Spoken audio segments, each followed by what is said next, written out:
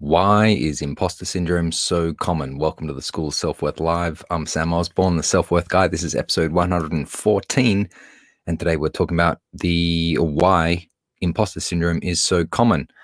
And I want you to remember one thing from today's video, and that is imposter syndrome is so common because we are taught to fit in rather than to stand out.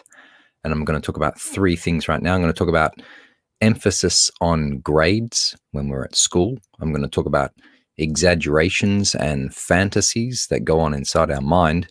And I'm going to talk about having a lack of clarity around our values. Let's go through those three things. So there's lots of reasons why imposter syndrome is so common. Apparently it's affects nearly 70% of people, going by recent research. There's a lot of people.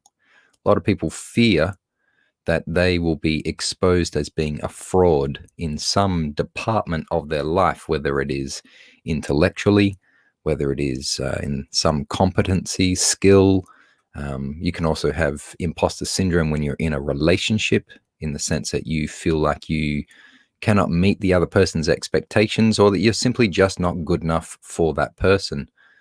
And imposter syndrome can affect people from, let us say, underrepresented groups, minority groups, especially when going into new environments where it's dominated by another group of people. Can definitely feel imposter syndrome there. But I'm going to talk a bit more generally today. So imposter syndrome is so common. First of all, I believe, and I got this from being a high school teacher for most of my life, that imposter syndrome is common because of the emphasis on school grades. And what happens is, according to the self-worth theory of motivation, check it out somewhere online, that we are taught from a young age to get a grade. And that's the only thing that really matters, even though some teachers, and I've done this in the past myself, is saying, oh, it's not all about the grades. Bullshit. Everybody knows that it's all about the grades. And that's what makes us feel like we have self-worth, because we base our self-worth on the grade. And we can blame school systems, we can blame school boards, whatever, right? But it comes down to the fact that if you don't get a grade, you're not worth much. And a grading system is somebody else's value system that somebody else has created that you're trying to live up to. And when you're at school and a young person, you go to school for maybe 12 years, if you're lucky, and you have that system, that value system of grades jammed into your face every single day, you're eventually going to have this feeling that, well, if I don't get a good grade, I'm not going to be worth much. And so we try to get the good grade and protect our self-esteem and self-worth. So that's the beginning. That's the beginning of why imposter syndrome is so common. Then we leave school and we go into the workforce. We get a job or we start a business. We go out there into the adult world. And this is where I believe exaggerations and fantasies begin to fester in our mind, and we go into new environments especially. And so we have exaggerations and fantasies about what other people think of us. We have exaggerations and fantasies about other people being better than us without ever actually checking in to find out if that's true. We just believe our own bullshit. It's true, though. We have exaggerations and fantasies about needing to know the future and every single step of the way, and needing things to be perfect and right, and we cannot make a mistake, and we put all of this stress and anxiety on ourselves about not knowing the future.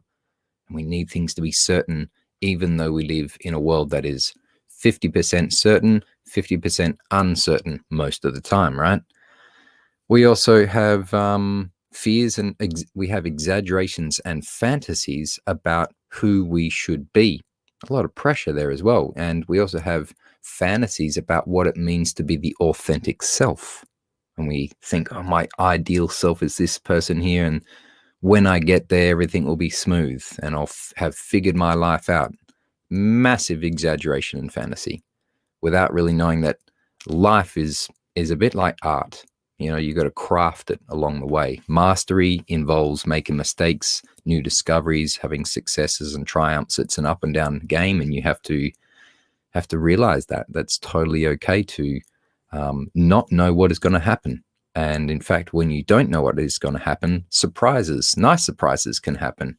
Of course, there's going to be things that happen that you don't really like, but there's also going to be great things. So you have to sort of be, what's the word? Equanimity, where you have an equal sort of perspective about what is happening, whether it's good or bad. Okay. All right. And I'm also going to talk about the last point here. Why imposter syndrome is so common is because we lack clarity around our own values. Okay. And if you think back to the first point about the emphasis on school grades, the school system installs a value system in the brain of people for most of their youth that says the grade is the most important thing. That's one value system. And we never really get taught that you should try to learn things for the sake of learning, or learn things to fulfill your own values. We get taught, try to fulfill the values of the school system, which is to get a grade or to get an A or maybe a B or just a pass. So a lack of clarity around our own true values can definitely influence imposter syndrome. So if you don't know your values and you're trying to live up to the expectations of others, you're going to be in a state of confusion. You're going to never be happy because you're trying to live up to what they think is important, not what you think is important. So you've got to take time out to find out your own values. And if you don't have clarity around your own values, you're going to have a fear of disappointing other people.